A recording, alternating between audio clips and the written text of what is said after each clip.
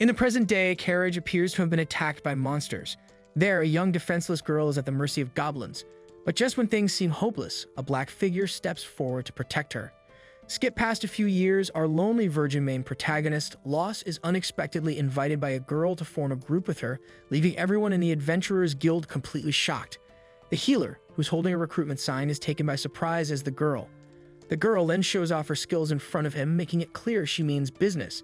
Slightly embarrassed by the situation, Lost introduces himself as a healer or something similar. However, Amherst, a guild employee, grabs Marena by the shoulders, asking if she realizes she's inviting the useless virgin into her group. According to Amherst, Lost is only capable of basic healing and nothing more. An orphan similar to you who came from the labyrinth. He's been an adventurer since childhood but hasn't developed his skills beyond the basics, earning him a reputation as an incompetent. Worse still, Lost once joined a group called the Lightning Blades, only to be kicked out due to his lack of ability. Because of all this, Lost is known as the most useless adventurer in Mard. Amherst warns Marena that unless she's wealthy, relying on Lost will drain her resources. In response, Marena confidently pulls out a bag of money, reassuring Amherst that she'll be fine.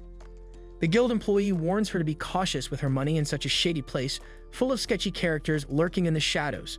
Grateful for the advice, Marena thanks Amherst, but remains determined to form a group with Lost, stating she made her decision long ago. Amherst, intrigued by her persistence, hands them the registration form for group members. While Lost signs, Marena gazes at him, feeling like she's finally found the person she's been searching for. Caught off guard when Lost passes her the form, she jumps slightly, having been lost in her thoughts. Once both names are on the form, Amherst asks for the service fee, which Lost pays. With everything settled, Marena eagerly announces that their group is officially formed and extends her hand to greet her new companion. Though confused by her enthusiasm, Lost politely shakes her hand. Without delay, the two head to the Mard labyrinth. Along the way, Lost explains that no one has ever reached the end of the labyrinth, so the final boss remains unknown.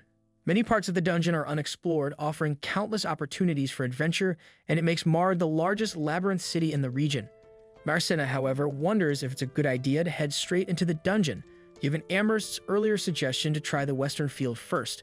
Lost explains that many areas around Mard experience monster attacks due to the magical energy leaking from the labyrinth, such as the eastern mountains, the northern forests, and the southern swamp. The western field does have weaker creatures, but it's so vast that finding them is difficult. In contrast, the labyrinth is packed with creatures, and as long as they stick to the early sections, the monsters shouldn't be much of a threat. After their journey, the duo finally arrives at the entrance of the labyrinth. Marena confidently takes the lead as any skilled martial artist would, leaving Lost to provide support. While he's fine with this, Lost silently questions whether this beginner can really handle the monsters inside. However, it quickly becomes clear that Marena is more than capable, as she relentlessly obliterates every monster they encounter, even striking a flashy victory pose after each battle. Impressed, Lost realizes she's not to be underestimated. Meanwhile, they collect the items dropped by the defeated monsters as they continue through the dungeon. The healer explains to Marena that the items they collected are magic stones, which adventurers sell to the guild. The guild then uses the magic within these stones to create various items. Marena, though skilled in combat, admits she didn't know this despite it being basic knowledge for adventurers. She asks how much the stones are worth, and Lost tells her that the ones dropped by goblins aren't very valuable. To make more money, they'll need to defeat stronger monsters that drop pricier items. Still, what they've gathered should be enough to cover their lodging for the night. Marena, eager for more action, suggests they continue deeper into the labyrinth, promising to protect her healer no matter what. They press on, and soon, Marena narrowly avoids falling into a trap. Lost, quick to react, places a stone on a block to trigger the mechanism, revealing a pit filled with iron spikes and unfortunate adventurers who weren't as lucky. Shocked, Marena asks how he spotted the trap, and Lost explains that the block looked darker than the others, raising his suspicion. While she thought trap detection was a thief's skill, Lost admits that after years of adventuring, he's picked up a few tricks. As they proceed, the duo encounters an orc, which looks oddly similar to your mother and much stronger than anything they should be facing at this part of the labyrinth. Lost suggests they can defeat it if they work together. Without hesitation, Marena charges at the orc, landing a powerful spinning kick to its chest. Though it feels like kicking a stone wall, she's able to dodge its slower attacks. However, when the orc slams its club into the ground, shards of rock fly everywhere, one of which strikes Marena's arm. The orc then pins her against the wall, ready to deliver a fatal blow. Just in time, Lost steps in and defeats the orc with his sword. Marena, shocked and grateful, asks if he's really just a healer. Lost, playing it off, explains that he's learned to fight after years of adventuring. He then notices her injury from the rock shard and heals her arm. Afterward, they collect the magic stone dropped by the orc, a much more valuable item than the goblin stones. Despite their haul, Marena wants to delve deeper into the labyrinth, face even tougher challenges, and Lost doesn't object. By late afternoon, they return to the guild with a large collection of magic stones. Amherst, the receptionist, is stunned to see how many items they gathered, especially the orc stone. She accuses Lost of recklessly taking the rookie into the deeper parts of the dungeon, but Lost explains that the orc was unexpectedly near the entrance. Amherst believes him as she's heard rumors of strange happenings in the marred labyrinth. However, Amherst, being in a lower-ranking position within the guild, hasn't been informed of the details regarding the strange happenings in the labyrinth. Setting the conversation aside, she asks if Lost and Marena want to sell all their magic stones. But when Lost confirms, Amherst beams with excitement and quickly arranges their payment. Marena, puzzled by her enthusiasm, asks Lost why the receptionist is so happy. Lost explains that guild employees earn a commission when adventurers under their management sell items to the guild. This means they've done Amherst a big favor, which is why she's no longer upset about them disobeying her earlier advice to head to the western field instead of the labyrinth. With no use dwelling on the past, Amherst hands them their payment, a sum 10 times larger than what Lost was used to receiving from his previous expeditions. In that moment, he realizes that his old group, the Lightning Blades, had been cheating him the whole time. Marena, irritated, comments that the guild should ensure all group members receive their fair share for the work they've done.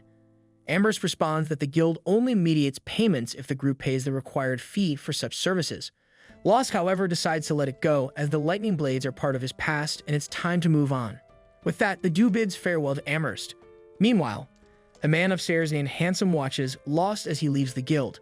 A little later, while Amherst gleefully counts her coins like a crackhead, Handsome approaches her and scolds her for letting Lost join a new group. Amherst clarifies that she didn't recommend the healer to anyone. Marena was the one who insisted on forming a group with him. Later, Lost and Marena head to a nearby tavern, where they're greeted by a young waitress. However, the waitress seems less than thrilled to see her friend Lost accompanied by another girl. Afterward, Lost approaches Mary, the waitress's mother, to book a room. The innkeeper asks if they want to share a room or have separate ones. Marena feels a bit anxious, but Lost promptly says they'll take separate rooms. Marena quietly admits to herself that she would have preferred sharing a room, but she keeps it to herself. As they head to their respective quarters, they wish each other good night. Lying in bed, Marena's thoughts drift back to her childhood, recalling the day her carriage overturned on the road and Lost healed her injured arm. It was that moment that inspired her to become an adventurer and find Lost, determined to protect him in return. Since then, she trained rigorously and came straight to Mard upon hearing that Lost had been kicked out of his group. Now with Lost in her group, Marena feels a bit disheartened that he doesn't seem to recognize her, as she's changed so much since their childhood encounter. Furthermore, despite all of her training, it seems like Lost doesn't need her help as much as she thought. He's proven to be much stronger than the rumors suggested. Still, Marena remains committed to keeping her promise and staying by his side. She doesn't understand why people call him useless when it's clear Lost has real talent. This then marks the end of today's anime recap. If you enjoyed the video and want more of it, please support the channel by leaving a like and subscribe. Let's help us reach our current goal of 20,000 subscribers.